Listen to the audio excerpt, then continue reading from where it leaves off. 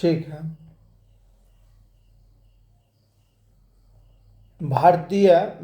प्राचीन भारतीय ऐतिहासिक भूगोल में रत्नाकर नाम किसका है, किसका सूचक है? हिंद महासागर का। किसका?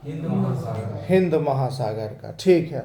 तमिलनाडु व आंध्र प्रदेश के समुद्री तट को क्या कहते हैं?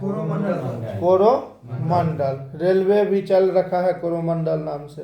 तमिलनाडु और आंध्र प्रदेश के समुद्री तट पर कोरोमंडल तट उसको कहा जाता है। ठीक है। कन्याकुमारी को अन्य किस नाम से जानते हैं? Cap Comorin. ठीक। अंडमान और निकोबार द्वीप समूह में सबसे अधिक ऊंचाई वाली चोटी कौन सी है? Saddle peak. अंडमान और निकोबार, याद रखना है, अंडमान और निकोबार द्वीप समूह में सबसे अधिक ऊंचाई वाली चोटी कौन सा है? Saddle peak. ठीक है। अच्छा, इससे पहले क्या पढ़े थे? दक्षिण भारत की सबसे ऊंची चोटी कौन था? दक्षिण भारत का सबसे ऊंची चोटी अनायमुडी। अनायमुडी कहाँ है? केरल में। उसका ऊंचाई कितने था? 2695 मीटर। ठीक है। अंडमान निकोबार द्वीप समूह अवस्थित है कहाँ में?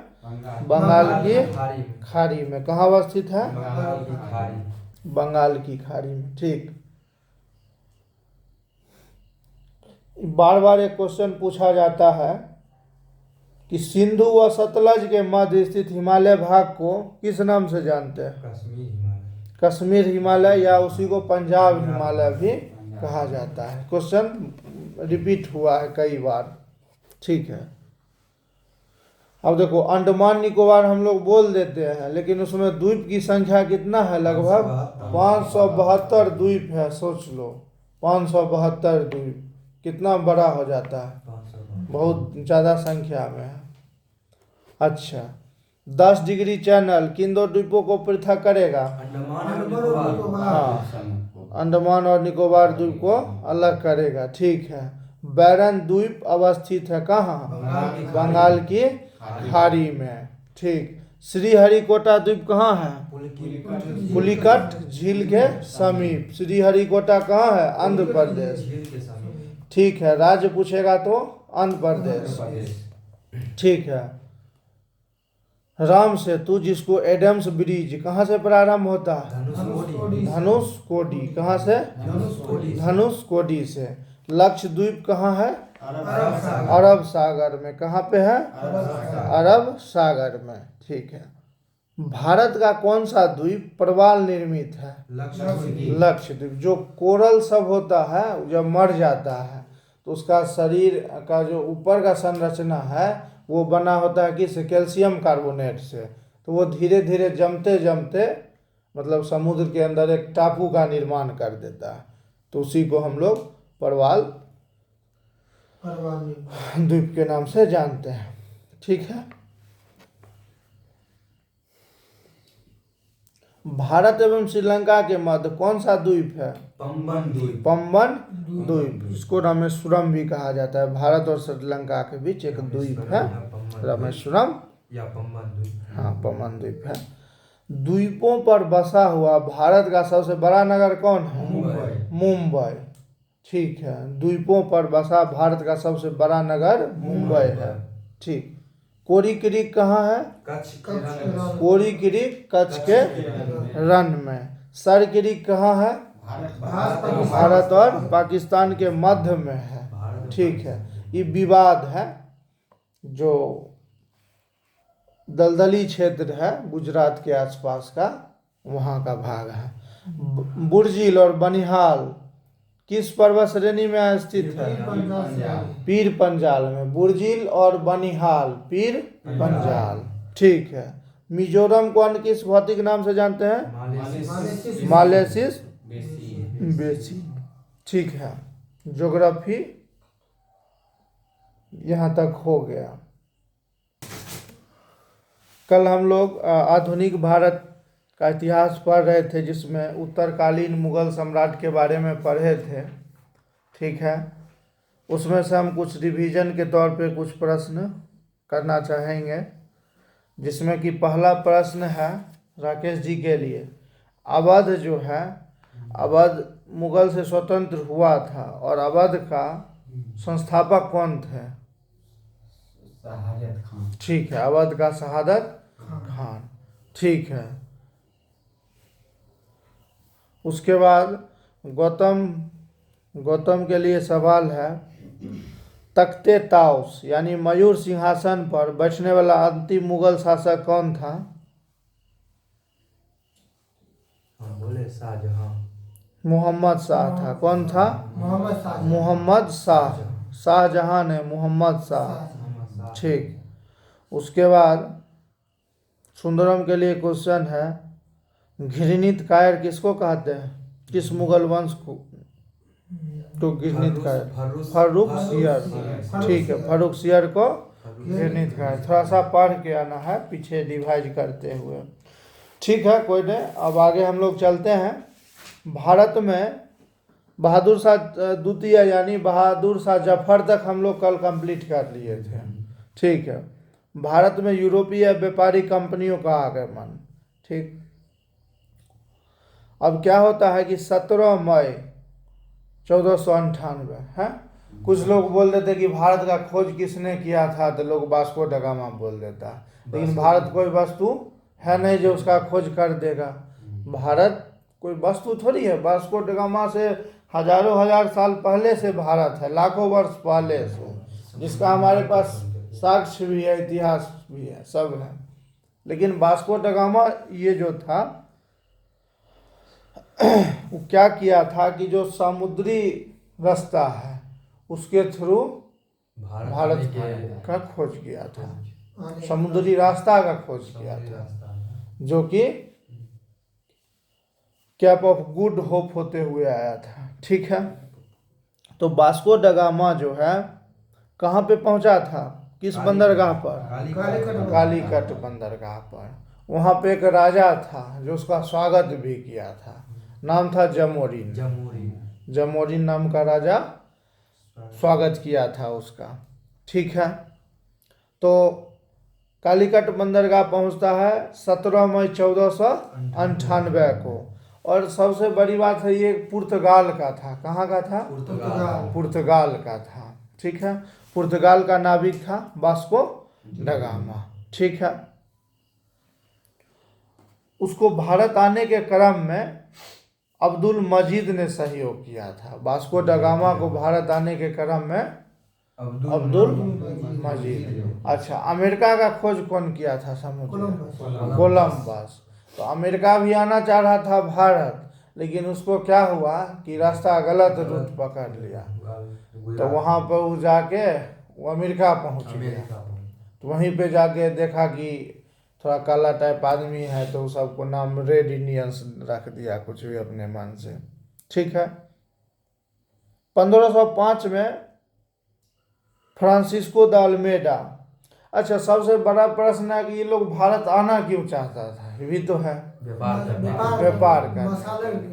सबसे ज़्यादा क्या है दिक्कत उन लोग के साथ होता था कि जब गर्मी का समय होता था उस समय वहाँ पे खाना का यूरोप में बहुत संघर्ष हो जाता था, खाना कुछ मिलता ही नहीं था।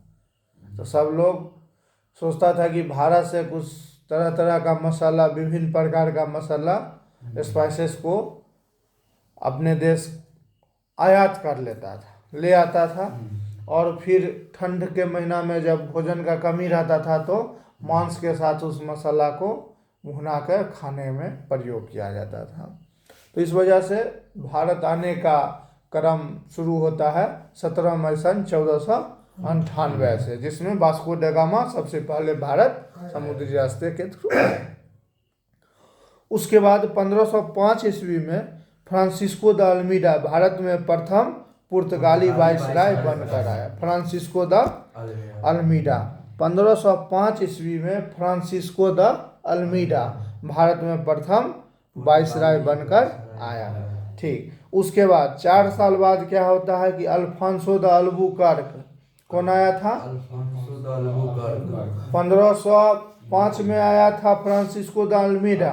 उसके बाद 4 साल बाद 1509 में आया था अल्फांसो द अल्बुकर्क। ठीक है। भारत में पुर्तगालियों का वायसराय बना और 1510 में बीजापुर के यूसुफ आदिल शाह से गोवा को जीत लिया। जो अभी गोवा देख रहे हैं उसको क्या किया, यूसुफ आदिल शाह से गोवा को जीत लेता है। पुर्तगालियों ने अपनी पहली व्यापारिक कोठी कहाँ पे खोली थी? कोचीन में। ठीक है। दक्षिण पूर्वी तट पर पुर्तगालियों की एकमात्र बस्ती सन थोमे थी। कौन था? सन थोमे। दक्षिण पूर्वी तट पे पुर्तगालियों का एकमात्र बस्ती था सन थोमे। उसके बाद पुर्तगालियों के बाद भारत में डच लोग आए। कौन लोग आए? डच लोग। तो पहला डच यात्री कार्नेलियन हाउटमैन आया था। ठीक है। भारत के पूर्व सुमात्रा पहुंचा था। उसके बाद अभी हम लोग देखते हैं कि यूरोपीय कंपनी का स्थापना कब कब भारत में होता है। ठीक है। तो पुर्तगाली ईस्ट इंडिया कंपनी का 1498, मतलब जिस वर्ष पुर्तगाली वास्को ड गामा आया उसी वर्ष 1498 में ही पुर्तगाली ईस्ट इंडिया कंपनी की स्थापना कर दी गई। फिर अंग्रेज ईस्ट इंडिया कंपनी की स्थापना 1600 ईस्वी में कब किया गया?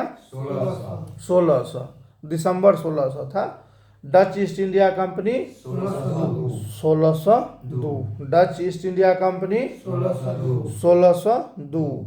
Danish east India company 1616। Danish का है 1616। ठीक। Francis east India company Francis का है 1664। ठीक। उसके बाद स्वीडिश ईस्ट इंडिया कंपनी है 1731। ठीक। अब आते हैं यूरोपीय कंपनियों की प्रथम फैक्ट्री। जो भी यूरोपीय कंपनी सब आया भारत में वो लोग अपना प्रथम फैक्ट्री सब कहाँ कहाँ खोला। ठीक है। तो पुर्तगाली लोग कहाँ खोला? सबसे पहले कोचीन में। पुर्तगाली कहाँ खोला? कोचीन में।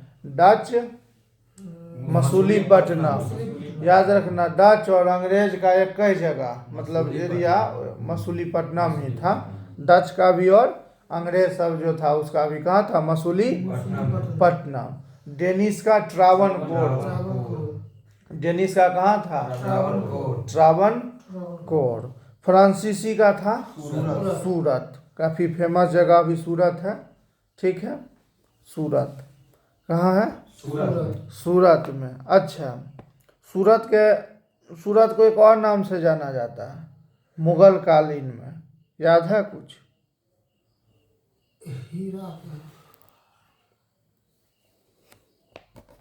नहीं याद है? ठीक है, कोई दिक्कत नहीं, बाद में बता दिया जाएगा।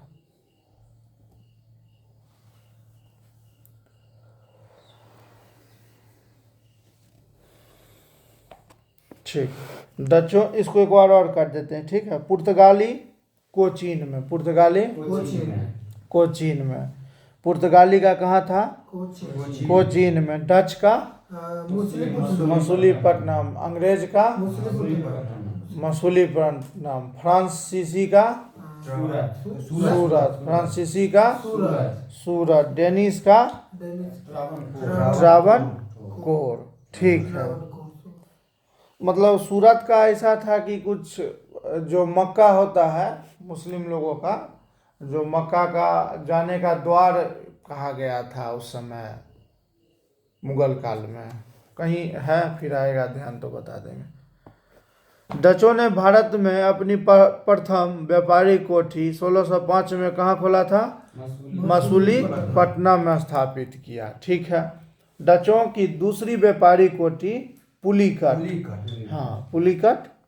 ठीक है। डच ईस्ट इंडिया कंपनी ने 1632 में पटना में अपना कारखाना स्थापित किया था। 1632 में। अब बिहार से रिलेटेड है तो थोड़ा सा इम्पोर्टेंट हो जाता है कि पटना में हुआ था। तो डच ईस्ट इंडिया कंपनी ने 1632 में पटना में अपना कारखाना स्थापित करता। अब आते हैं कालोचेल की लड़ाई। कालोचेल की जो लड़ाई हुई, इस लड़ाई में त्रावणकोर का राजा मार्तंड वर्मा ने 10 अगस्त 1741 को एडमिरल यूस्टाचियस डी लेनॉय के नेतृत्व वाली डच ईस्ट इंडिया कंपनी की सेना को हरा देता है। मतलब इस लड़ाई में जो कोलाचेल का जो लड़ाई हुआ था, इसमें त्रावणकोर का राजा कौन था? मार्तंड। कौन था? मार्तंड। ये क्या करता है? एडमिरल यूस्टाचियस डी लेनॉय के नेतृत्व वाली डच ईस्ट इंडिया कंपनी की सेना को क्या कर देता? हरा देता है। ठीक है। डचों का भारत में अंतिम रूप से पतन 1759 को अंग्रेज और डच के बीच बेदरा युद्ध में हुआ। क्वेश्चन इंपोर्टेंट है कि डच का अंतिम रूप से पतन भारत में कब होता है? 1759 का बेदरा युद्ध से। ठीक है।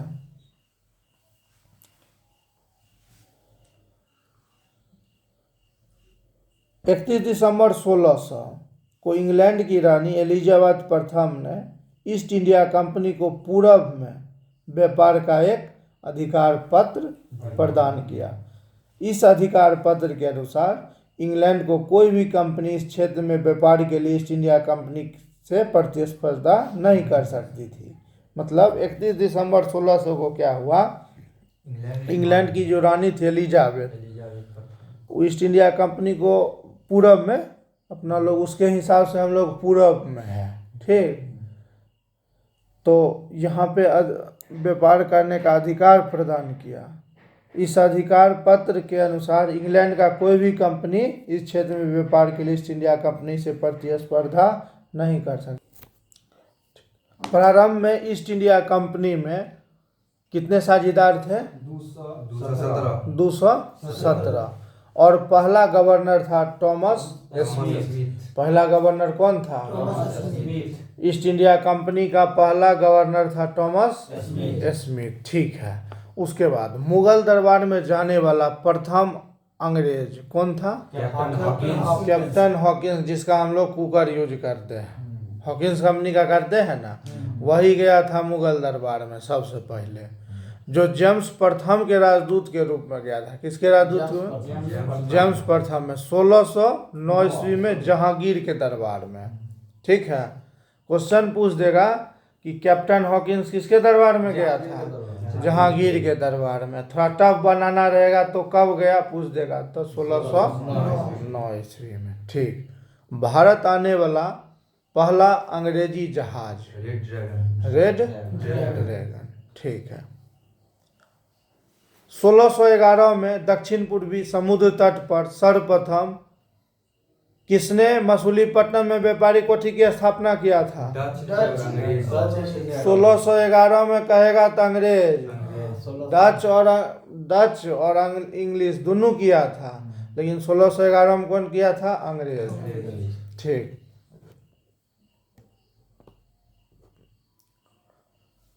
किस मुगल शासक ने एक फरमान जारी करके अंग्रेजों को सूरत में थॉमस एडवर्थ के अधीन व्यापारी कोठी खोलने की इजाजत दी थी?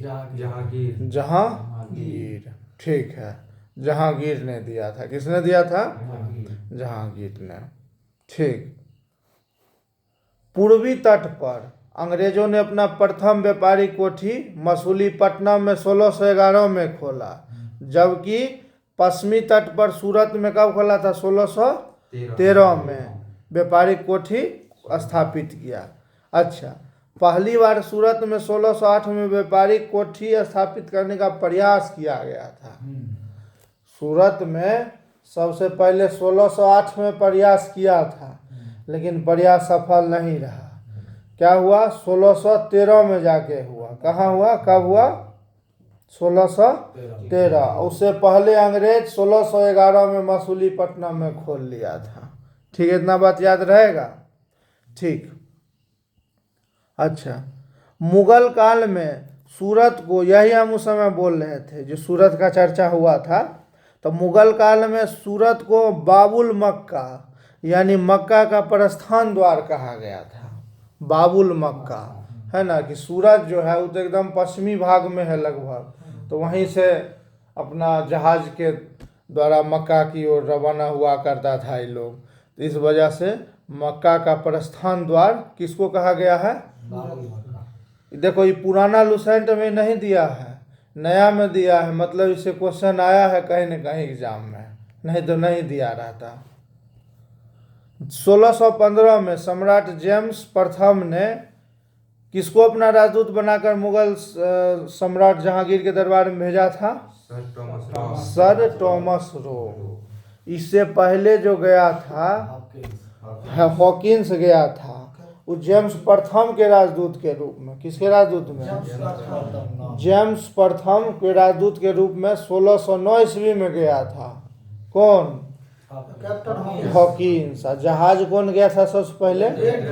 रेड, भोला आवाज नहीं आ रहा है, रेड ड्रैगन। ठीक है।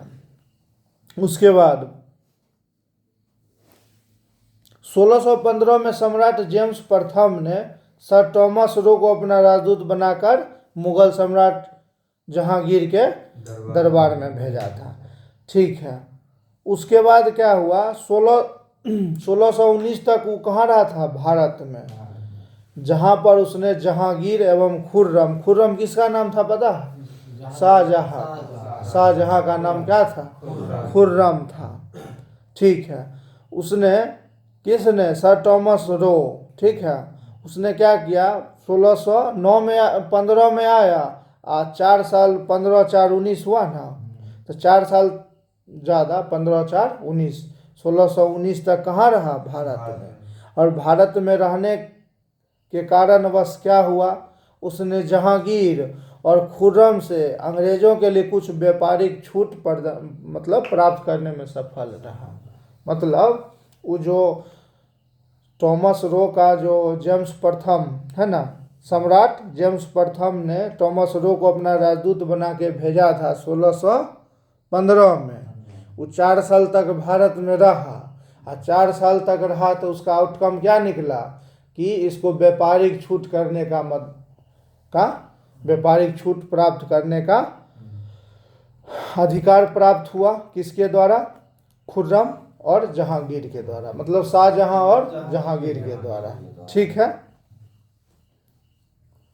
अब आते हैं 1632 में गोलकुंडा का सुल्तान ने अंग्रेजों को एक सुनहला फरमान, ठीक है, गोल्डन फरमान दिया, जिसके अनुसार अंग्रेजी सल्तनत को 500 पैगोडा वार्षिक कर देकर गोलकुंडा राज्य के बंदरगाह पर स्वतंत्रता पूर्वक व्यापार कर सकते थे। मतलब 1632 ईस्वी में क्या हुआ कि गोलकुंडा के सुल्तान जो था अंग्रेजों को सुनहला फरमान देकर अब 500 पैगोडा वार्षिक दर कर पे क्या किया? उसको दे दिया अपना बंदरगाह। ठीक है। गोलकुंडा राज्य का बंदरगाह दे दिया, बोला अपना व्यापार करिए। कहे कि उस समय जो भी व्यापार हुआ करता था सब होता था पनिया जहाज से, तो उसके लिए तो बंदरगाह का आवश्यकता था। तो सबसे पहले वो क्या उसको लगा अंग्रेज को कि हम लोग को चाहिए बंदरगाह, ताकि सामान को अच्छे से आ जा सके। तो सबसे पहले उसने क्या किया कि गोलकुंडा का सुल्तान से उसने गोल्डन फरमान जारी करवा के उसको ले लिया, अपने अधीन कर लिया। ठीक।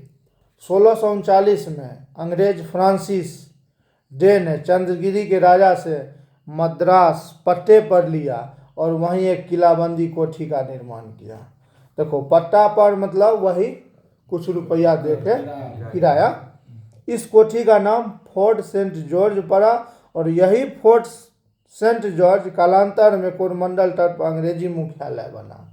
बाद में अंग्रेजों का जो मुख्यालय है कोरोमंडल तट कहाँ है? तमिलनाडु, आंध्र प्रदेश, कोरोमंडल तट। तमिलनाडु और आंध्र प्रदेश का जो तट है कोरोमंडल। ठीक है। 1611 में क्या होता है? 1661 में पुर्तगाली राजकुमारी कैथरीन ऑफ ब्रिगेंजा एवं ब्रिटेन के राजकुमार चार्ल्स द्वितीय का शादी करवा दिया जाता है। इस अवसर पर दहेज के रूप में पुर्तगालियों ने चार्ल्स द्वितीय को बम्बई प्रदान कर दिया। अब बम्बई तो इसी का था, आया पुर्तगाल से, या बम्बई हो गया इसका, और दहेजों में दे दिया दूसरे को, नहीं। मतलब शादी हुआ राजकुमारी पुर्तगाली का, मतलब लड़की थी पुर्तगाल की और लड़का था ब्रिटेन का, इंग्लैंड का। तो ये पुर्तगाल वाला सब दहेज में क्या दे दिया? बम्बई दे दिया, दहेज के रूप में बम्बई दे दिया। 1668 में चार्ल्स द्वितीय ने बम्बई को 10 पाउंड के वार्षिक किराए पर ईस्ट इंडिया को दे दिया। अब देख लो, ये चार्ल्स द्वितीय जो लड़का था, इसको जो दहेज दिया लड़की वाला सब, इसको नहीं हो पाया, उससे कुछ नहीं संभाल पाया, दहेजे को बेच दिया, दे दिया दूसरे को, दे दिया 10 पाउंड के वार्षिक किराए पर दे दिया। ठीक है, ईस्ट इंडिया कंपनी को दे देता है। 1687 ईस्वी में अंग्रेजों ने पश्चिमी तट का मुख्यालय सूरत से हटाकर बम्बई को बना देता है। अभी तो पाउंड पे ले लिया था, बम्बई को ले लिया ना पाउंड पे चार्ल्स द्वितीय से 10, तो उसको सूरत में क्या काम, उसको क्या किया, बम्बई लेके आ गया। अच्छा, गैराल रंगियर एक फेमस आदमी है, उसने बम्बई शहर का स्थापना किया था। ठीक है, किसका? गैराल्ड रंगियर, बम्बई शहर का स्थापना। दिल्ली उल्ली है लुटियंस का। हाँ। बंगाल के शासक शाह शुजा ने सर्वप्रथम 1651 ईस्वी में अंग्रेजों को व्यापारिक छूट की अनुमति दी। बंगाल का शासक कौन था? शाह शुजा। ठीक है, सर्वप्रथम 1651 में अंग्रेजों को व्यापारिक छूट की अनुमति दी। इस अनुमति को निशान कहते थे। क्या कहते थे? निशान कहते थे। 1698 में अंग्रेजी ईस्ट इंडिया कंपनी ने 3 गांव, याद रखना, सुतानती, कालीकट और गोविंदपुर की जमींदारी 1200 रुपये भुगतान कर प्राप्त की और यहाँ से फोर्ट विलियम का निर्माण किया। 1698 में क्या हुआ कि अंग्रेजी ईस्ट इंडिया कंपनी ने 3 गांव, सुतानुती, कालीकट और गोविंदपुर की जमींदारी 1200 रुपये भुगतान कर प्राप्त की और यहाँ पर फोर्ट विलियम का निर्माण किया। फोर्ट विलियम का क्या किया? निर्माण किया। चार्ल्स आयर फोर्ट विलियम के प्रथम प्रेसिडेंट हुए। फोर्ट विलियम के प्रथम प्रेसिडेंट कौन हुए? Charles Eyre. ठीक है, कालांतर में यही कलकत्ता नगर कहलाया। अभी जो कलकत्ता सब जाता है कमाने के लिए, वो सब कौन है? देखो यही सब बसाया। कब? 1698 ईस्वी में। हाँ, जॉब चौरनाग। तो 1698 में 3 गो गांव लिया। ठीक है, अंग्रेजी east India company, Sutanuti, Calicut, Govindpur. वो देखेगा, वो सब काली घाट आर रहता है, गंजी में लिखा है, कोठारी आर में, सब वहीं कलकत्ते का है प्रोडक्ट। ठीक है, 1200 रुपया में लिया। और चार्ल्स आयर फोर्ट विलियम का प्रथम प्रेसिडेंट हुआ।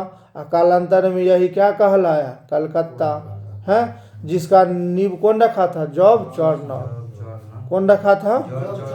जॉब चौरनॉक रखा था। अच्छा, भारत में फ्रांसीसियों की प्रथम कोठी फ्रैंक कैरो के द्वारा किस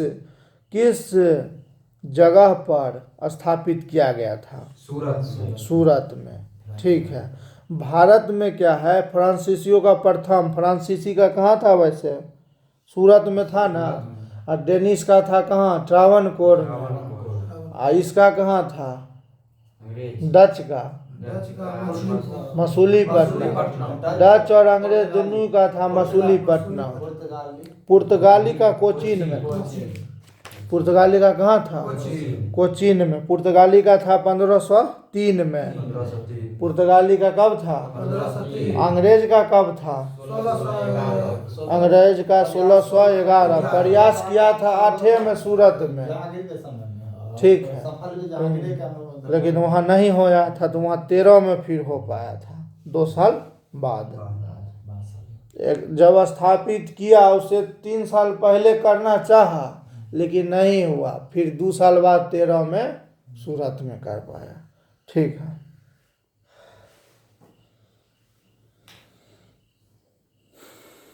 1674 में फ्रांसीसी कंपनी के निदेशक फ्रैंकोइस मार्टिन ने वालिकानडोपुर के सूबेदार शेर खान लोदी से पुदुचेरी नामक एक गांव प्राप्त किया, जो कालांतर में पांडिचेरी के नाम से जाना जाता है। ठीक है। अब आते हैं आंग्ल फ्रांसीसी संघर्ष। भारत में आंग्ल फ्रांसीसी संघर्ष को कर्नाटक युद्ध के नाम से जानते हैं। किसके युद्ध से? कर्नाटक युद्ध के नाम से। तो सबसे नीचे में चल आना है डायरेक्ट, काहे कि इसमें जो मेन चीज है जो एग्जाम में पूछता है वो सबसे नीचे कलर किया हुआ है। ठीक है। प्रथम कर्नाटक युद्ध 1746 से 48। ठीक है। ऑस्ट्रिया के उत्तराधिकारी युद्ध से प्रभावित था। ठीक है। और 1748 में जब ये हुआ ला ए सापला की संधि से, किसकी संधि से? लॉय सापल की संधि के द्वारा ऑस्ट्रिया का उत्तराधिकारी युद्ध समाप्त हो गया और इसी संधि के तहत प्रथम कर्नाटक युद्ध समाप्त हो गया 1746 से 1748। और 1748 में लाए सापल के संधि से समाप्त कर दिया गया। ये ऑस्ट्रिया के उत्तराधिकारी युद्ध से क्या था? हैं? समाप्त हो गया। ठीक है। दूसरा कर्नाटक युद्ध 21 साल बाद 49 से 54 तक चला था। ठीक है। इस युद्ध में फ्रांसीसी गवर्नर डुप्ले की हार हो गई थी। किसकी हार हो गई थी? डुप्ले की हार हो गई। जो दूसरा कर्नाटक युद्ध 1749 से 1754 तक चला था, इस युद्ध में फ्रांसीसी गवर्नर डुप्ले की हार हुई, उसे वापस बुला ले गया और उसकी जगह पर गोडेहू को भारत में अगला फ्रांसीसी गवर्नर बनाया गया। तो डुप्ले का हार हो गया तो पांडिचेरी की संधि 1755 के साथ युद्ध विराम हो जाता है 1755 में। कर्नाटक का तीसरा युद्ध 1756 से 1763 ईस्वी के बीच हुआ था, जो 1756 में शुरू हुए सप्तवर्षीय युद्ध का ही एक अंश था। पेरिस की संधि होने पर यह युद्ध समाप्त हुआ। जो तृतीय कर्नाटक, द्वितीय का तो कोई है ही नहीं, युद्ध विराम बस कर दिया गया। तो पहला कर्नाटक युद्ध 1746 से 1748 लाए सापल, ठीक है, की संधि के द्वारा ऑस्ट्रेलिया का उत्तराधिकारी युद्ध समाप्त हुआ। लाए ला सापल। ठीक है। उसके बाद 1752 में स्ट्रीगर लॉरेंस के नेतृत्व में अंग्रेजी सेना ने त्रिचिन्नापल्ली को बचा लिया और फ्रांसीसी सेना ने अंग्रेजों के सामने आत्मसमर्पण कर दिया। ठीक है। इस हार के कारण डुप्ले को वापस फ्रांस बुला लिया गया और 1754 में गोडोहू को अगला फ्रांसीसी गवर्नर बनाकर भेज दिया गया। ठीक है। जनवरी 1755 में पांडिचेरी संधि के साथ यह युद्ध क्या होता है? समाप्त हो जाता है। ठीक। पांडिचेरी संधि के तहत यह युद्ध क्या हो जाता है? समाप्त हो जाता है 1755 में। ये दूसरा कर्नाटक का बात चल रहा है। ठीक है।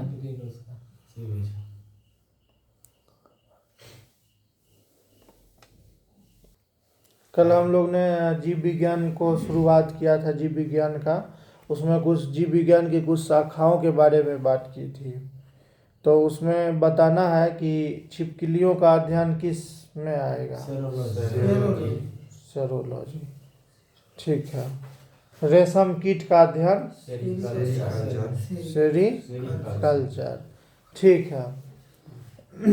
ऑर्निथोलॉजी में किसका अध्ययन करते हैं? पक्षी का अध्ययन ऑर्निथोलॉजी। ठीक है।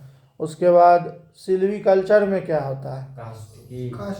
काष्ठी पेड़ों का संवर्धन। ठीक है।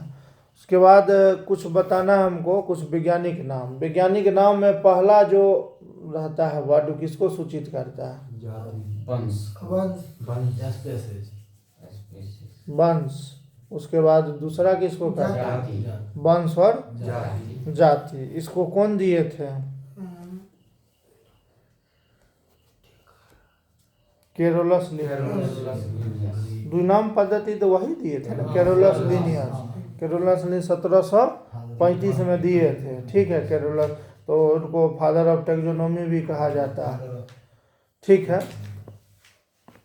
इसमें कुछ जीवधारियों का वैज्ञानिक नाम याद रहना चाहिए, इम्पोर्टेंट सब, कहे कि पूछ देता है। जैसे कि भारत का जो वृक्ष है राष्ट्रीय, बरगद है, अथी पीपल ना, पीपल। पीपल बिहार का राजकीय वृक्ष है। भारत का शायद बरगदे है। पीपल बिहार का राजकीय वृक्ष है। उसमें वो मिलता है बिहार वाला सामान, उसमें पीपल रहता है, लेकिन बरगद है वो है भारत का, ठीक है। फ्रॉग का क्या नाम है? राना टिगरीना, ठीक है।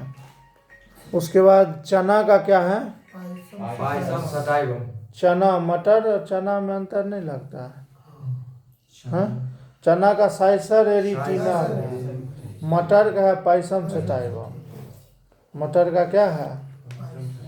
पाइसम सेटाइवम, ठीक है।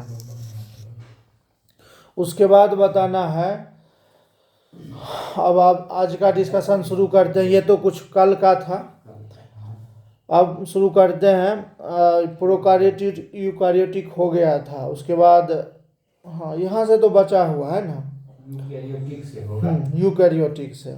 यूकैरियोटिक कोशिका जो है, यूकैरियोटिक कोशिका दोहरी झिल्ली के आवरण से, कितनी झिल्ली? दोहरी झिल्ली के आवरण से, केंद्रक आवरण से घिरा सुस्पष्ट केंद्रक पाया जाता है। इसमें क्या होता है ना कि अस्पष्ट केंद्रक रहता है। क्या होता है? स्पष्ट केंद्रक रहता है, जिसमें डीएनए और हिस्टोन प्रोटीन के संयुक्त होने से बनी क्रोमेटिन तथा इसके अलावा केंद्रिका होते हैं, ठीक है।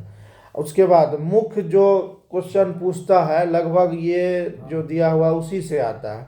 क्या है कि प्रोकार्योटिक और यूकार्योटिक में जो मुख्य अंतर है उससे आता है। किससे आता है? प्रोकार्योटिक और यूकार्योटिक में जो मुख्य अंतर है उससे आता है। तो उसमें हम लोग पढ़ते हैं।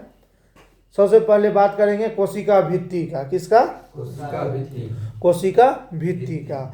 तो जो प्रोकार्योटिक होगा उसमें कोशिका भित्ति प्रोटीन और कार्बोहाइड्रेट का बना होगा, ठीक है।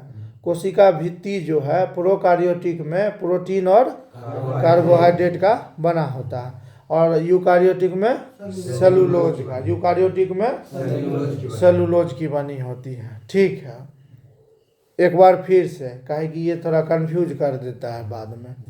तो कोशिका भित्ति जो है प्रोकार्योटिक की प्रोटीन और कार्बोहाइड्रेट की, और यूकार्योटिक का सेलुलोज का बना होता है, ठीक। माइटोकॉन्ड्रिया, माइटोकॉन्ड्रिया प्रोकार्योटिक में नहीं होगा, अनुपस्थित रहेगा, और यूकार्योटिक में उपस्थित रहता है। फिर आते हैं इंडोप्लाज्मिक रेटिकुलम। इंडोप्लाज्मिक ईआर वो भी नहीं होगा इसमें, प्रोकार्योटिक में इंडोप्लाज्मिक रेटिकुलम अनुपस्थित रहता है, यूकार्योटिक में उपस्थित रहता है, ठीक है। 70S किसमें पाया जाएगा? राइबोसोम। प्रोकार्योटिक में क्या होगा? 70S है, यूकार्योटिक में 80S, ठीक है। उसके बाद प्रोकार्योटिक में डीएनए कैसा होता है? एकल सूत्र, मतलब एक सूत्र, बस। इसमें पूर्ण विकसित होगा, दोहरा रहता है, डबल हेलिक्स मॉडल। वाटसन और क्रिक दिए थे, ठीक है। कशाभिका केंद्रक एक तंतु का होता है। कितना तंतु का? प्रोकार्योटिक में कशाभिका जो होता है केवल एक तंतु होता है, लेकिन यूकार्योटिक में 11 तंतु। कितना तंतु? 11 तंतु, ठीक है। केंद्रिका, केंद्रिका इसमें क्या होगा? अनुपस्थित रहता है। प्रोकार्योटिक में यूकार्योटिक में उपस्थित, केंद्रिका जो है प्रोकार्योटिक में अनुपस्थित और यूकार्योटिक में उपस्थित। सेंट्रियोल, सेंट्रियोल भी क्या होगा इसमें? अनुपस्थित होगा, यूकार्योटिक में उपस्थित होता है, ठीक है। श्वसन जो होता है इसमें प्लाज्मा झिल्ली के द्वारा होता है। किसके द्वारा? प्लाज्मा झिल्ली, सेल मेम्ब्रेन भी कहते हैं उसको, जो सेल का बाहरी आवरण होता है, जो कि अर्धपरागम होता है। और इसका जो है यूकैरियोटिक का माइटोकॉन्ड्रिया में, जैसे हम लोग हैं, जितना भी जीव है सबका कहाँ होता है? श्वसन। हाँ, श्वसन मतलब जहाँ पे एनर्जी हमको मिल जाता है, खाना जो खाए उससे जो हुआ, कहाँ पाया जाएगा? ये माइटोकॉन्ड्रिया में होता है। ठीक है। उसके बाद प्रोकार्योटिक में लिंग प्रजनन होगा? नहीं होगा। इसमें अब दिखाइए नहीं देगा, इतना छोटा है तो उसको लिंग कहाँ से आएगा? ठीक, तो लिंग प्रजनन नहीं होता है। इसमें यूकार्योटिक में लिंग प्रजनन पाया जाता है। ठीक है। उसके बाद प्रोकार्योटिक में क्या होगा? प्रकाश संश्लेषण कहाँ होगा? थाइलेकाइड में। कहाँ होगा? थाइलेकाइड में। इसमें चूंकि विकसित है तो क्लोरोप्लास्ट वाले भाग में ग्रेना में संपन्न होता है। ठीक है। ठीक है। कोशिका विभाजन की बात किया जाए तो प्रोकार्योटिक में कोशिका विभाजन अर्धसूत्री प्रकार का होगा। कैसा होगा? अर्धसूत्री। यूकार्योटिक में अर्धसूत्री या समसूत्री दोनों। ठीक है। अब जो सेल का पार्ट है, कोशिका का पार्ट है, अंग है, उसके बारे में हम लोग जानकारी लेते हैं। ठीक है। सबसे पहले आते हैं कोशिका भित्ति यानी सेल वाल। क्या चीज? सेल वाल यानी कोशिका भित्ति। यह केवल पादप कोशिका में पाया जाएगा। किसमें? पादप कोशिका में। ठीक। ये बना होगा सेलुलोज का। किसका? सेलुलोज का बना होता है। यह कोशिका को निश्चित आकृति और आकार बनाने में सहायक होता है। ठीक है। जैसे कि आदमी को देखो, चाहे कोई जानवर को छुओ तो गुलगुल करेगा, और पेड़ पौधा को छुओ तो कट करता है। यही उसका रीजन है कोशिका भित्ति, सेल वाल। ठीक, इसी के कारण, क्योंकि वो बहुत ज़्यादा सख्त होता है। ठीक है। अच्छा, जीवाणु में भी कोशिका भित्ति होता है। ठीक, जीवाणु का कोशिका भित्ति किसका बनता है? पेप्टिडाइड। ठीक है। उसके बाद आते हैं सेल मेम्ब्रेन, कोशिका झिल्ली। तो कोशिका झिल्ली क्या है? एक पतली झिल्ली है। कोशिका के सभी अवयव जो है एक पतली झिल्ली के द्वारा क्या होता है? घिरा हुआ होता है। इस झिल्ली का कोशिका झिल्ली कहते हैं। कैसा होता है? अर्धपरागम। हाँ, इसको मतलब जो चीज का आवश्यकता होगा उसी को रखेगा, और जिसका नहीं है उसको क्या कर देगा? बाहर कर देगा। इसका मुख्य कार्य है कोशिका के अंदर होने जाने वाले अंदर से बाहर पदार्थ का निर्धारण करना। मतलब किसको अंदर लेना है, किसको बाहर निकालना है, इसका निर्धारण कौन करता है? कोशिका झिल्ली, सेल मेम्ब्रेन। ठीक है। और ये कोशिका झिल्ली बनी की होती है? लिपिड की। हाँ, यह लिपिड घटक होता है। जो लिपिड है, लिपिड का तो बना होता है, लेकिन किसका घटक है? कंपोनेंट में आ जाएगा। फॉस्फोग्लिसराइड से बना होता है। किसका? फॉस्फोग्लिसराइड से बने होते हैं। बाद में जैव रासायनिक अनुसंधान से यह स्पष्ट हो गया कि कोशिका झिल्ली में प्रोटीन व कार्बोहाइड्रेट पाया जाता है। देखो, पूछेगा कोशिका झिल्ली किससे बना होता है? तो लिपिड से। ठीक। अब बाद में पता चला है कि प्रोटीन और कार्बोहाइड्रेट दोनों रहता है।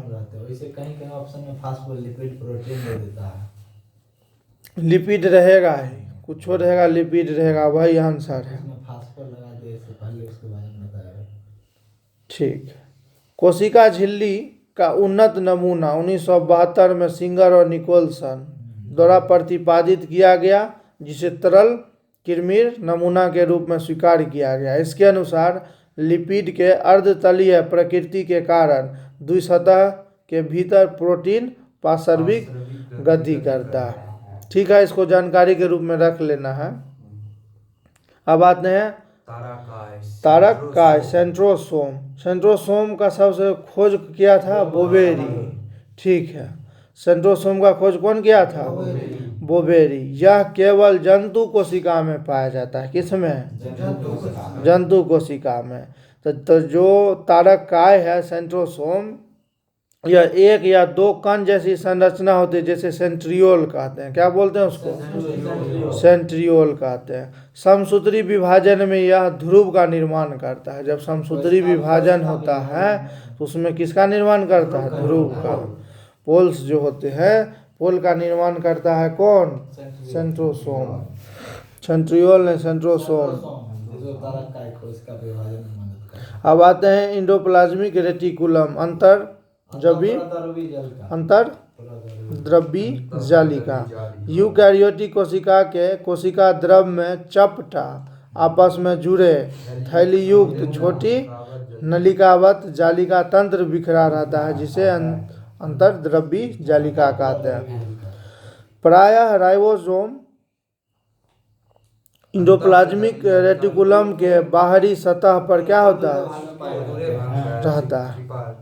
ठीक है, देखो इसमें क्या होता है कि दो तरह का होगा, एगो होगा खुरदरा, एगो होगा चिकना।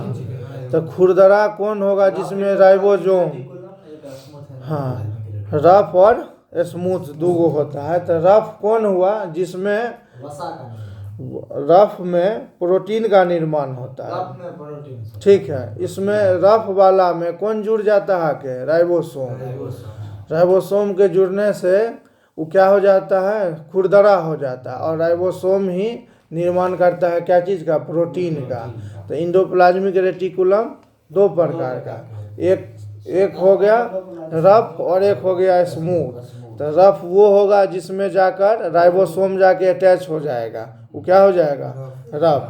रफ है तो वो प्रोटीन का निर्माण करेगा। और जो रफ नहीं है, मतलब जहाँ पर जिस इंडोप्लाज्मिक रेटिकुलम में क्या नहीं है? राइबोसोम, वो बनाएगा लिपिड का निर्माण करता है, फैट का निर्माण। ठीक है, ये चीज़ क्लियर है।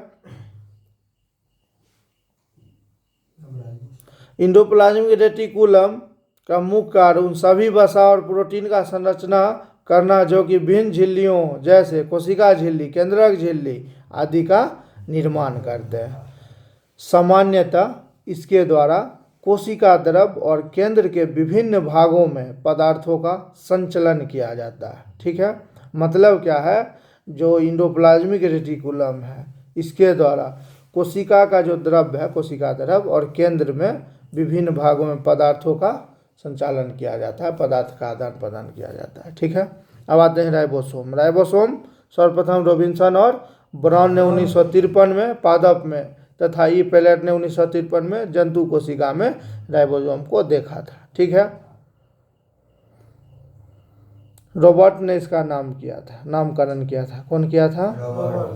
ठीक है, राइबोसोम को देखा कौन था सबसे पहले? रॉबिन्सन और ब्राउन ने 1953 में देखा था, लेकिन नाम रखा था रॉबर्ट ने।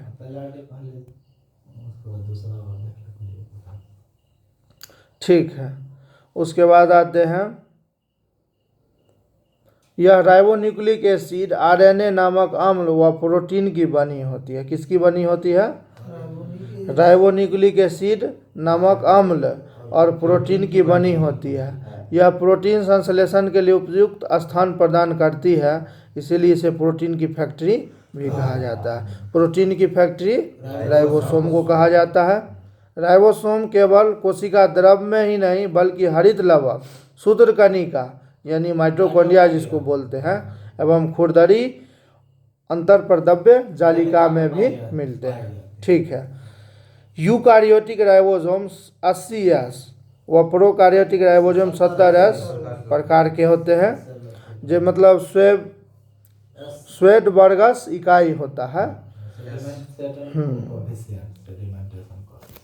अवसादन गुणांक को परसद, अवसादन मतलब होता है सेडिमेंट। ठीक है, सेडिमेंट यानी अवसादन गुणांक, सेडिमेंट कोफिशिएंट, उसी को क्या बोलते हैं? अवसादन गुणांक कहा जाता है। यह अपरोक्ष रूप में आकार व घनत्व को व्यक्त करता है। ठीक है, अस्तनी जो भी होता है, अस्तनी के लाल रुधिर कण में राइबोसोम एवं अंतर्प्रद्रव्य जालिका नहीं पाया जाता है। ठीक है, राइबोसोम नहीं पाया जाता है। ठीक है, जो भी अस्थानीय है ऊँट में आरबीसी के सिर्फ ऊँट, स्तनी में सिर्फ ऊँट और लामा। स्तनी मतलब स्तनी का मतलब हुआ कि जो बच्चा को पैदा करता है और दूध आर बच्चे पिलाता को है। दूध पिलाता हाँ, है। दूध पिलाते हैं, दूध तांडव वाला पिलवे जो स्तनी में अब मतलब बच्चा शिशु जो पैदा करे बच्चा के जन्म। वो होता है, दूध पिलाए नहीं पिलाए अलग मैटर है, लेकिन जो बच्चा को जन्म दे दिया वो सब हो गया स्तनधारी में। स्तनी मैमल्स उसको बोला जाता है।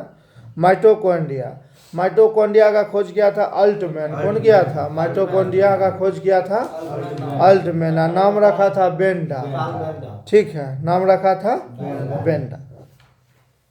अब देखो माइटोकॉन्ड्रिया जो है वही कोशिका का क्या है? श्वसन स्थल। क्या है? श्वसन स्थल।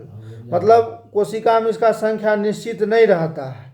ठीक है, ऊर्जा युक्त कार्बनिक पदार्थ का ऑक्सीकरण माइटोकॉन्ड्रिया में होता है। मतलब जिसमें ऊर्जा निकले, ऊर्जा युक्त, उसका कहाँ पे होता है?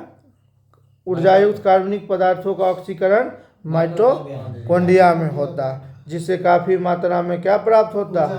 ऊर्जा प्राप्त होता है। इसलिए माइटोकॉन्ड्रिया को पावर हाउस है ना, पावर हाउस ऑफ सेल, यानी कोशिका का शक्ति केंद्र या कोशिका का ऊर्जा गृह भी कहा जाता है। ठीक है, माइटोकॉन्ड्रिया के आंतरिक झिल्ली में एटीपी का निर्माण होता है। क्या चीज़ का? एडिनोसिन ट्राइफॉस्फेट, उसका निर्माण होता है।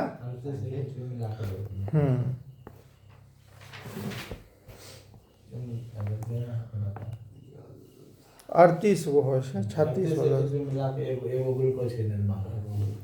माइटोकॉन्ड्रिया के अधात्री में एकल वृत्ताकार डीएनए व अन्य आरएनए, राइबोसोम एवं तथा प्रोटीन संश्लेषण के लिए आवश्यक घटक मिलते हैं। माइटोकॉन्ड्रिया विखंडन द्वारा विभाजित होता है।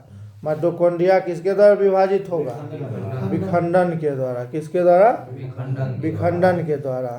फिर आते हैं डीएनए केंद्रक के अलावा माइटोकॉन्ड्रिया एवं हरित लवक में पाया जाता है।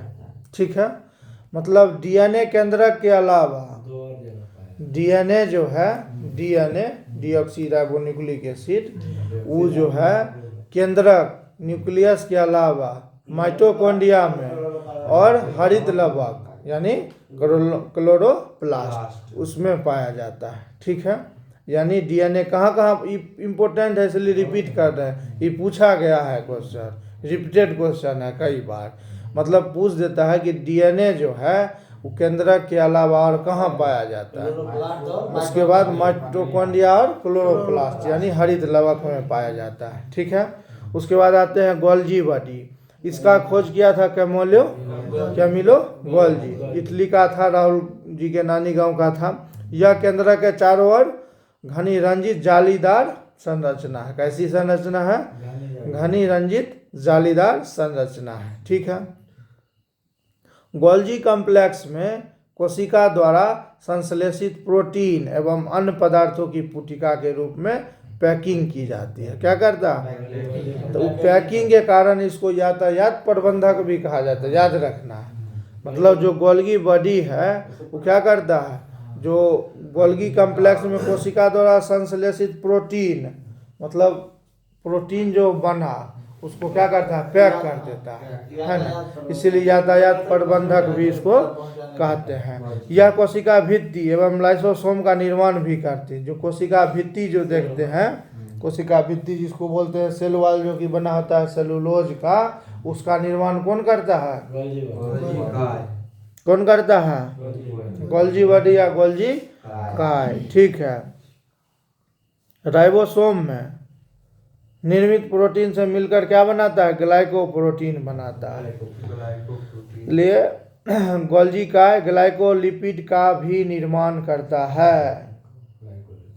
गोल्जी काय किसका भी निर्माण करता है? ग्लाइकोलिपिड। ग्लाइकोलिपिड का निर्माण कौन करता है? गोल्जी काय। गोल्जी काय को यातायात प्रबंधक क्यों कहते हैं?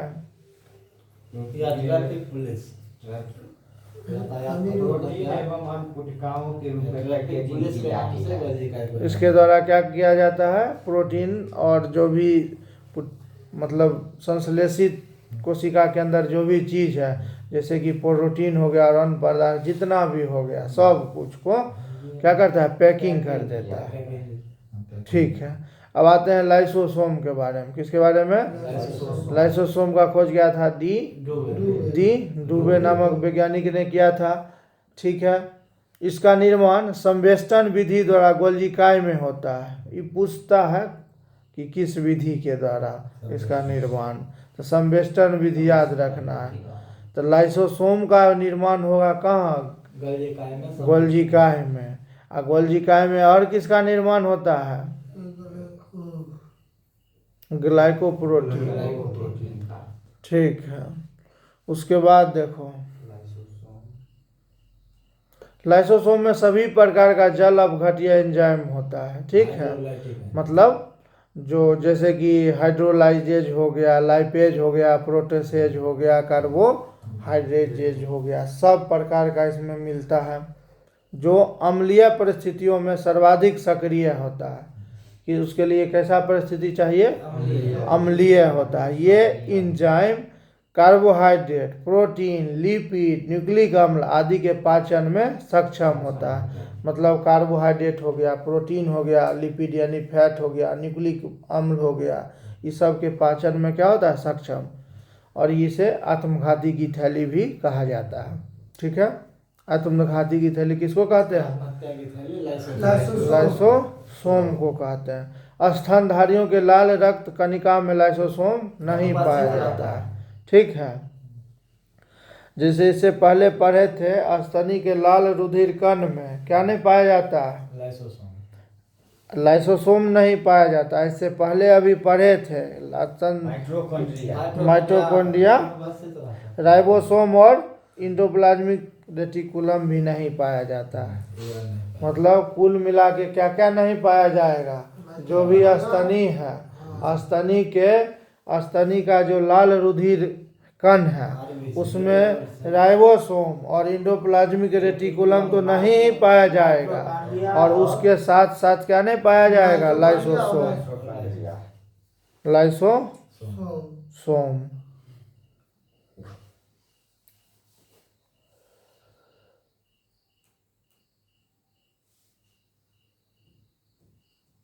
अब आते हैं प्लास्टिड यानी लवक के बारे में। यह केवल पादप कोशिका में पाया जाएगा। ठीक है, लवक 3 गो होता है, क्लोरोप्लास्ट, क्रोमोप्लास्ट और ल्यूकोप्लास्ट। क्लोरोप्लास्ट हो गया जो हरा रंग देता है, क्योंकि उसके अंदर क्या होता है? हरा रंग का पर्णहरित, जिसको क्लोरोफिल कहते हैं। क्या बोलते हैं? हाँ, ठीक है, उसमें खाना वाना बनता है, इसलिए उसको रसोई घर भी कहा जाता है। ठीक है, क्लोरोप्लास्ट में डीएनए और आरएनए दोनों की उपस्थिति में उन्हें 100 प्रतिकृति के लिए योग्य बनाती है। क्लोरोफिल में मैग्नीशियम, क्लोरोप्लास्ट में मैंगनीज, आयरन तथा तांबा तत्व पाया जाता है। ठीक है, याद रख लेना, पूछ देता है। बहुत इम्पोर्टेंट है। क्लोरोफिल में क्या पाया जाता है? क्लोरोफिल में क्या पाया था? मैग्नीशियम। ठीक है, मैंगनीज पाया जाएगा क्लोरोप्लास्ट में। पत्तियों का रंग, मतलब पत्ती का जो पीला रंग है, कैरोटीन के निर्माण हो जाने के कारण हो जाता है। अब आते हैं ल्यूकोप्लास्ट यानी ओबर्नी लवक। ओबर्नी है तो उसमें कोई रंग नहीं रहेगा, सफ़ेद रहता है, तो रंगहीन लवक है। यह पौधे के उन भाग की कोशिका में पाया जाता है जो सूर्य के प्रकाश से क्या है? वंचित है। मतलब जहाँ का सूर्य का प्रकाश नहीं पहुँच रहा वहाँ पर है। जितना भी भूमिगत तना है या जड़ है, ठीक है, इस सब में नहीं पाया जाता है। और वहाँ पर क्या होता है? भोज्य पदार्थ को संग्रहित किया जाता है। क्या किया जाता है? किया जाता है। इसमें मंड यानी स्टार्च, वसा और प्रोटीन कणिकाओं का संग्रह होता है। ठीक है, अब आते हैं क्रोमोप्लास्ट। ये रंगीन लवक होता है। क्या होता है? रंगीन लवक होता है, जो प्रायः लाल, पीला, नारंगी रंग के होता है। ये पौधे के रंगीन भाग जैसे पुष्प, फलवृत्ति, बीज आदि में क्या होता है? पाया जाता है। हाँ, बनी लवक के अन्य उदाहरण हैं, जैसे देखो टमाटर का लाल रंग लाइकोपीन के कारण, गाजर में कैरोटीन हो गया, चुकंदर में विटामिन हो गया। ठीक है, वनस्पति को पराबैंगनी किरणों के दुष्प्रभाव से बचाने वाला वर्णक है फाइकोसाइड। हाइपोसाइन। जो वनस्पति जितना भी है पेड़ पौधा, उसको सूर्य का जो पराबैंगनी किरण है उसके प्रभाव से कौन बचाता है? फाइकोसाइडिन। ठीक है। अब आते हैं वैक्यूल्स यानी राजधानी। यह कोशिका की निर्जीव संरचना है। कैसा है? इससे पहले अभी जितना हम लोग पढ़े हैं वो लगभग सब सजीवे है ना, लेकिन ये एकदम स्पष्ट रूप से क्या है? निर्जीव संरचना। इसमें तरल पदार्थ भरी होती है। जंतु कोशिका में यह अनेक व बहुत छोटी होती है। जंतु कोशिका में छोटा छोटा रहता है। क्या रहता है? परंतु पादप कोशिका में यह कोशिका 90% स्थान ले लेता है। सोच लो, वैक्यूल्स। जंतु कोशिका में एक तो रहेगा ही नहीं, रहेगा तो बहुत कम, लेकिन पादप कोशिका में क्या है? 90% स्थान कौन ले लेता है? यही राजधानी वैक्यूल्स। ठीक। राजधानी जो है एकल झिल्ली से आवृत होती है जिसे टोनोप्लास्ट कहते हैं। जो राजधानी है वैक्यूल्स वो एक झिल्ली से घिरा रहता है। क्या झिल्ली से? एकल झिल्ली से, जिसको हम लोग क्या बोलते हैं? टोनोप्लास्ट।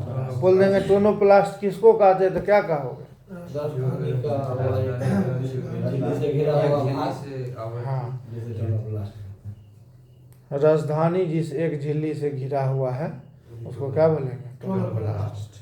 अमीबा में संकुचनशील राजधानी उत्सर्जन के लिए महत्वपूर्ण है।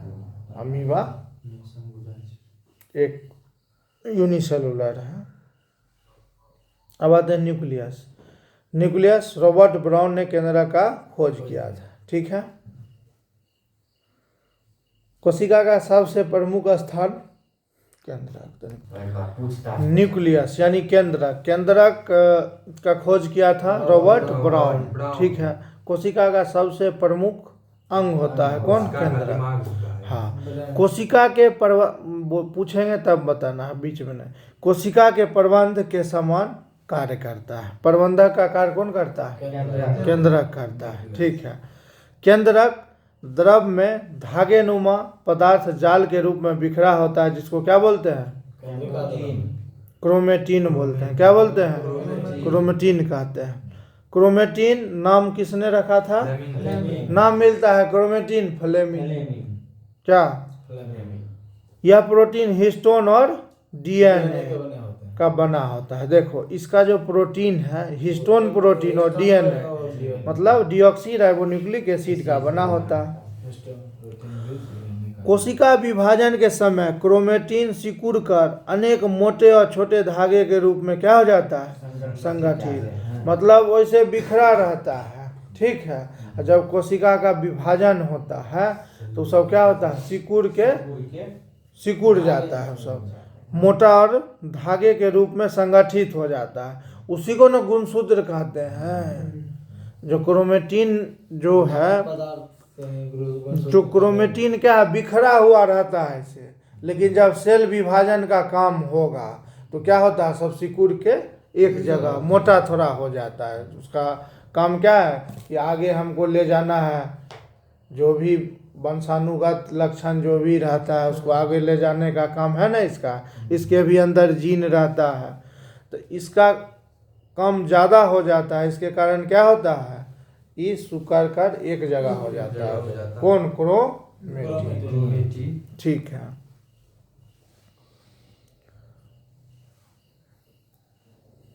कोशिका विभाजन के समय क्रोमेटिन सिकुड़कर अनेक मोटे और छोटे धागे के रूप में संगठित हो जाता है। अब इसी संगठित धागा को क्या बोल देते हैं? गुणसूत्र। क्या बोल देते हैं? गुणसूत्र। तब गुणसूत्र, तब वही धागा पूछ देगा कि क्या गो है, तो आदमी में कहेगा 23 जोड़ा, चिंपांजी में 24 गो रहता है। क्या? आलू में शायद 48 गो है। आलू में 48 गो, बंदर में 24। हाँ, चिंपांजी में 24 गो है, बंदर में 21 गो जोड़ा। बंदर में 21 जोड़ा है, मतलब टोटल नहीं, जोड़ा में रहता है ना, सब पेयर में रहता है।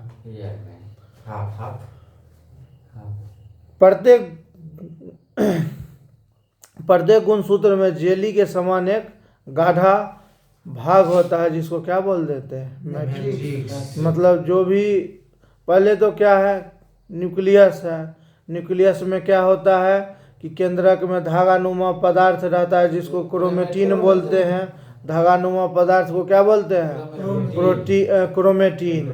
और फिर जब कोशिका विभाजन होने वाला रहता है तो बिखरा हुआ जितना भी है सब एक जगह आ जाता है, तो उसको बोल देते हैं गुणसूत्र। ठीक है, उसको क्या बोलते हैं? गुणसूत्र। मानव में 23 जोड़ा, क्या जोड़ा? 23 जोड़ा। उसके बाद चिंपांजी में 24। ठीक है, बंदर में रहता है 21 जोड़ा। आलू में 48 है। ठीक है, उसके बाद प्रत्येक गुणसूत्र में फिर देखो जितना भी गुणसूत्र है उसमें जेली के समान एक गाढ़ा भाग होता है। क्या होता है? जेली के समान एक गाढ़ा भाग होता है, उसको हम लोग क्या बोल देते हैं? मैट्रिक्स कहते हैं। मैट्रिक्स में 2 परस्पर लिपटे महीन व कुंडलित सूत्र दिखाई पड़ते हैं जिसको क्रोमोनीमाटा कहते हैं। प्रत्येक क्रोमोनीमाटा एक अर्ध गुणसूत्र कहलाता है। इस प्रकार प्रत्येक गुणसूत्र 2 क्रोमेटिड का बना होता है। दोनों क्रोमेटिड एक निश्चित स्थान पर एक दूसरे से जुड़े होते हैं। जितना भी क्रोमेटिड है एक निश्चित स्थान पर क्या होता है? एक दूसरे से जुड़ा होता है, उसी को सेंट्रोमेयर कहा जाता है। ठीक है, सेंट्रोमियर। गुणसूत्रों पर बहुत से जीन स्थित होता है। गुणसूत्र जितना भी है उस पर क्या होता है? बहुत सारा जीन स्थित होता है। वही जीन एक पीढ़ी से दूसरी पीढ़ी तक लक्षणों को क्या करता है? स्थानांतरित करता है और हमारे आनुवांशिक गुणों के लिए उत्तरदायी होता है। मतलब जो गुणसूत्र था वो गुणसूत्र पर क्या जमा रहता है? जीन। तो वही जीन क्या करता है? स्थानांतरित करता है अपना जो भी पूर्वज का गुण है वो सब। जैसे कि किसी का बाल बाप बाबा का नहीं है तो उसका देखेगा खानदान में उड़ जाता है, केस उड़ जाता है। क्या? तो ये सब बहुत सारा आनुवांशिक चीज है जो हो जाता है। तो इसका जो लक्षण है, इसका जो उसको कौन एक पीढ़ी से दूसरी पीढ़ी ले जाता है? जीन कहाँ अवस्थित रहता है? गुणसूत्र पर। ठीक है, ठीक है। इसलिए हम लोग जीन को, गुणसूत्र को वंशागति का वाहक। देखो ऑप्शन में आएगा गुणसूत्र रहेगा तो जीन नहीं रहेगा, दोनों में से कई गो रहेगा, फिक्स है। कहीं कहीं गुणसूत्र सही होता है, कहीं कहीं जीन सही होता है। ठीक, वंशागति का वाहक भी नहीं होता। गुणसूत्रों को वंशागति का क्या कहा जाता है? वाहक कहा जाता है। क्रोमेटिन के अलावा केंद्रक में एक सघन गोल रचना दिखाई पड़ती है जिसे न्यूक्लियस कहते हैं। ठीक है, क्या बोलते हैं उसको? न्यूक्लियस। इसमें राइबोसोम के लिए आरएनए यानी राइबोन्यूक्लिक एसिड का संश्लेषण होता है। अच्छा, गुणसूत्रों की वंशागत का थ्योरी ऑफ इनहेरिटेंस सूटन और बोबेरी ने दिया था। ठीक है, ठीक है। तो डिस्कशन को यहीं पे समाप्त करते हैं। शुभ रात्रि।